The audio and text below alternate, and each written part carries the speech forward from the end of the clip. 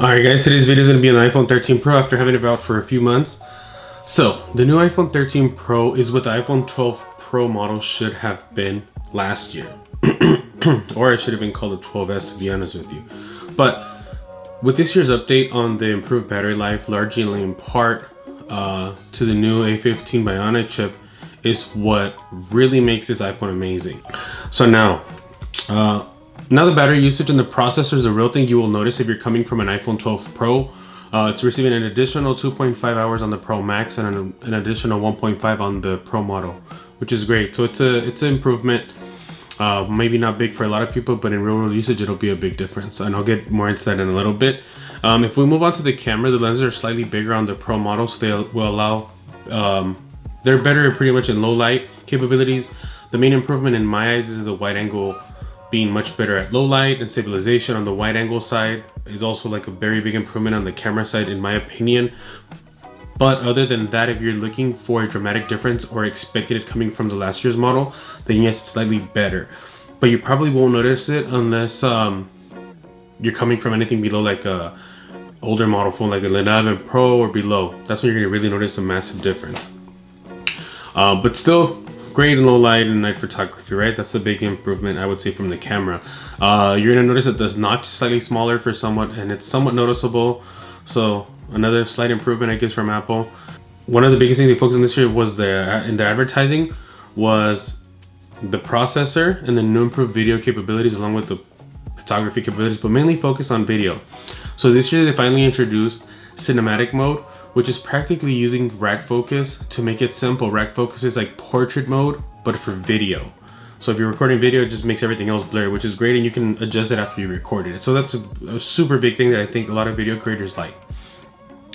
It's also able to switch from one subject to another. Like in their example, when a person turns back and looks back at the other person, it will shift focus to that person and blur the background to the other person, which is a great video feature that just makes your production go up.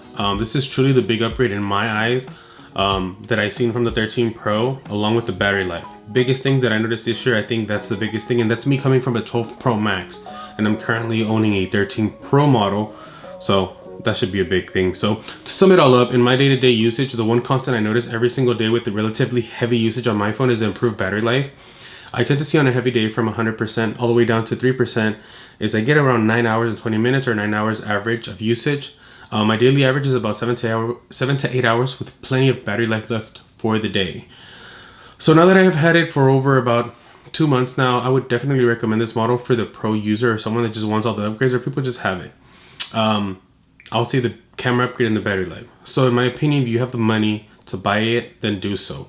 But on the other hand, if you already have a 12 Pro model and you're just not sure whether you should upgrade, I would say don't.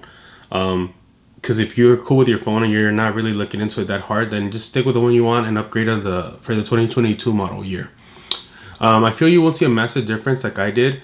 Again, I noticed the battery life more than anything. The camera's great, but you really have to like really go in and check side-by-side picture comparisons, which I'll probably make in the future to show you guys the difference.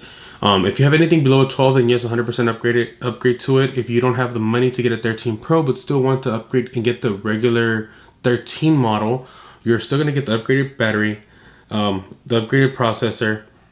And the truth, the iPhone 13 model has pretty much all the 12 Pro models internals in the 13, like camera with IBIS and body stabilization. You're just not gonna get the extra third lens, and you're also gonna get still a double the battery or double the improvement on the memory card. Double the improvement on the memory, which is 128 gigs, so that's super big if you're thinking about 12 or 13. You want to save some money, get the 13.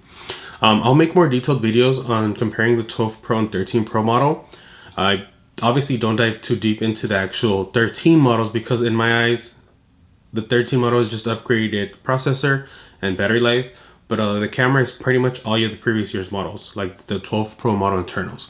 So if this video was any way helpful for you, this is really what it is. I work in the cell phone industry, and this is exactly what I've noticed this whole time.